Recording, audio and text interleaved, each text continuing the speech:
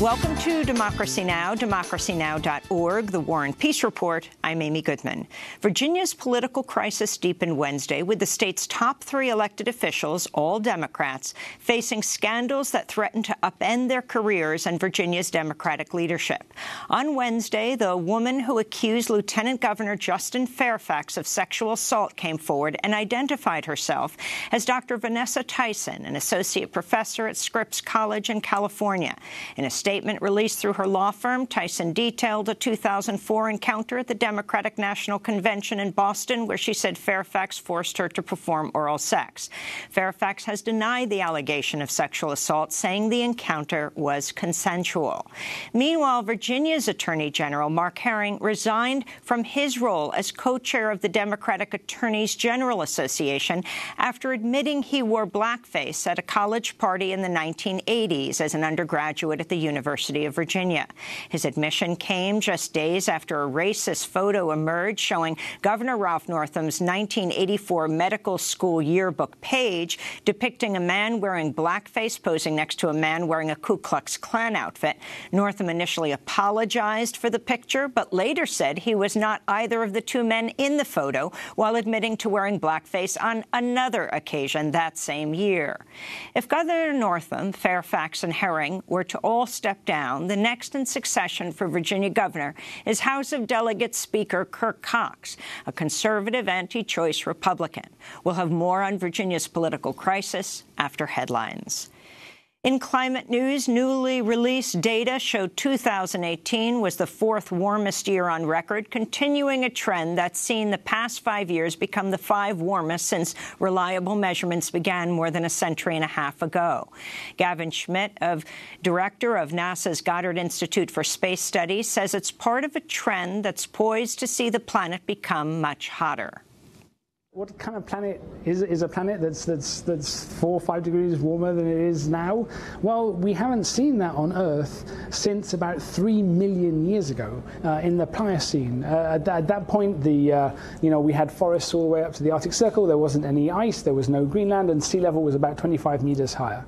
Right? That was a very different planet, and that's kind of where we're headed unless we do something about emissions. Wednesday's climate report came as 2 House committees held simultaneous hearings to discuss the climate crisis. They were the first such meetings on Capitol Hill in 6 years. Meanwhile, House Democrats convened a hearing on gun violence Wednesday, the first in more than 8 years since before the Sandy Hook school massacre of 2012.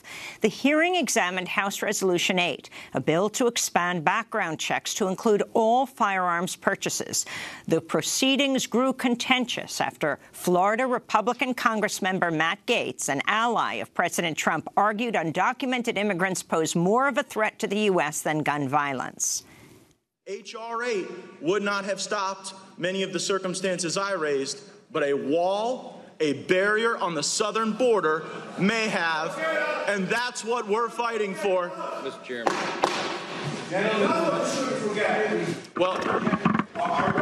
Gentlemen will suspend.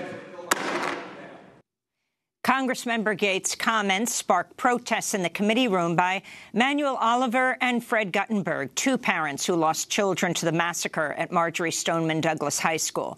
Gaetz responded to their repeated protests by demanding the parents be banned from the hearing. To see our interviews with Manuel Oliver and Fred Guttenberg, go to democracynow.org. Elsewhere on Capitol Hill, the House Foreign Affairs Committee advanced a bill Wednesday that would require President Trump to remove U.S. armed forces from the Saudi-led war in Yemen, which has sparked what the United Nations calls the world's worst humanitarian crisis in half a century.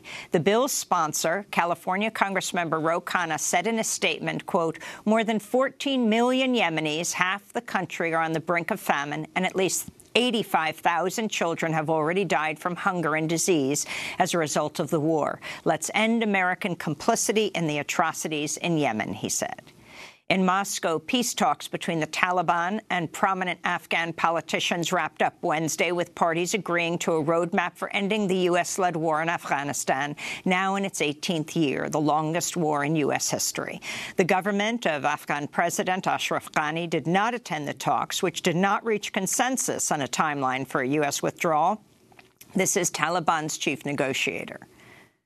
We are in negotiation with the American side, and we are trying that the American forces should go out as soon as it is possible.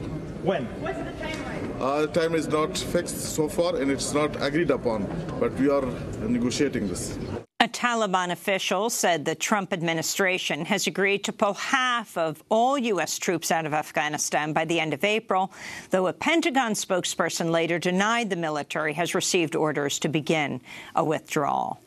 In Honduras, prosecutors have presented evidence charging a former energy company executive with masterminding the murder of environmental activist Berta Cáceres, who was shot dead in her home in March 2016. Cáceres' assassination came as she led a campaign against a major hydroelectric dam being constructed on indigenous land.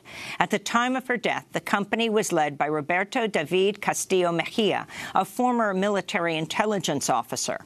Prosecutors say Mejia provided logistics and resources to at least one of the 7 men who were convicted in November of carrying out Cáceres' assassination.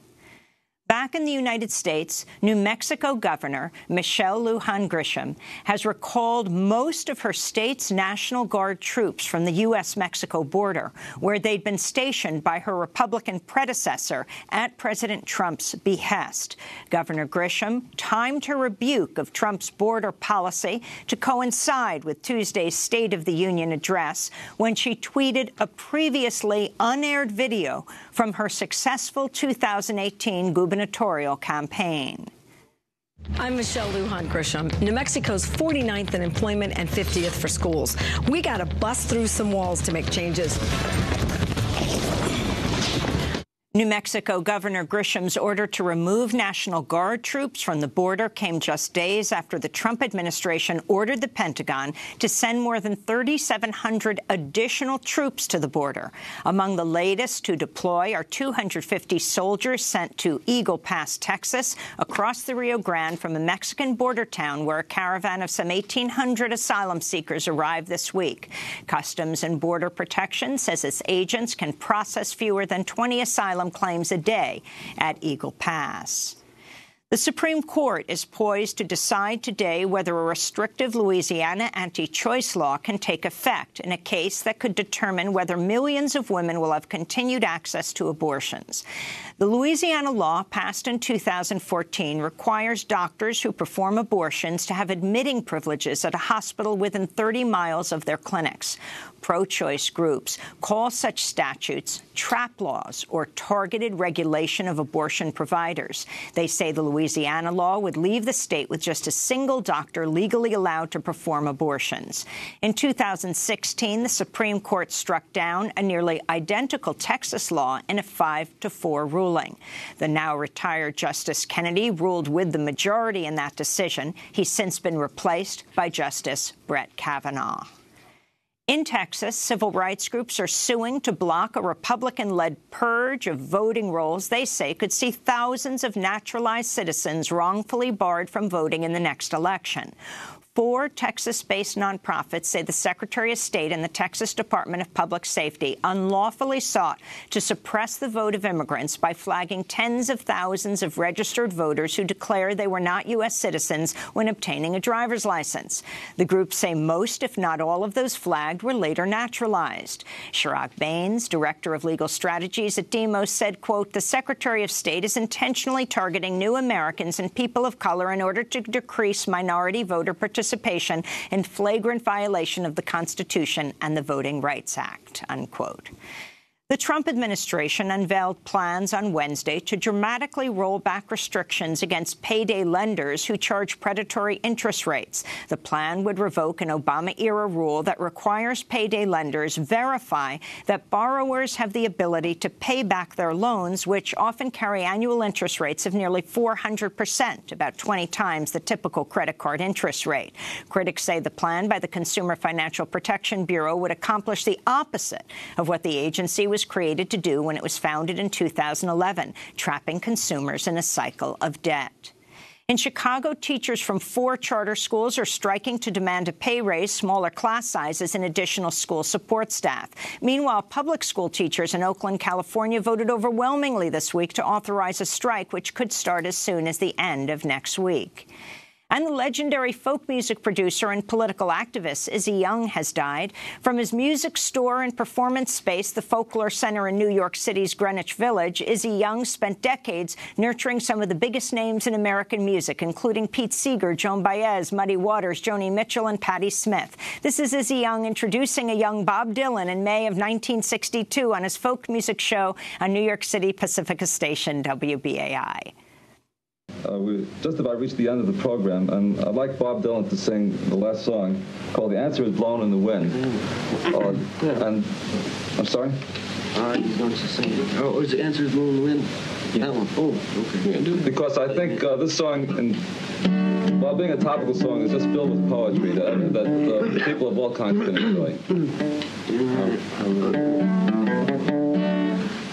How many roads must a man walk down before he is called a man?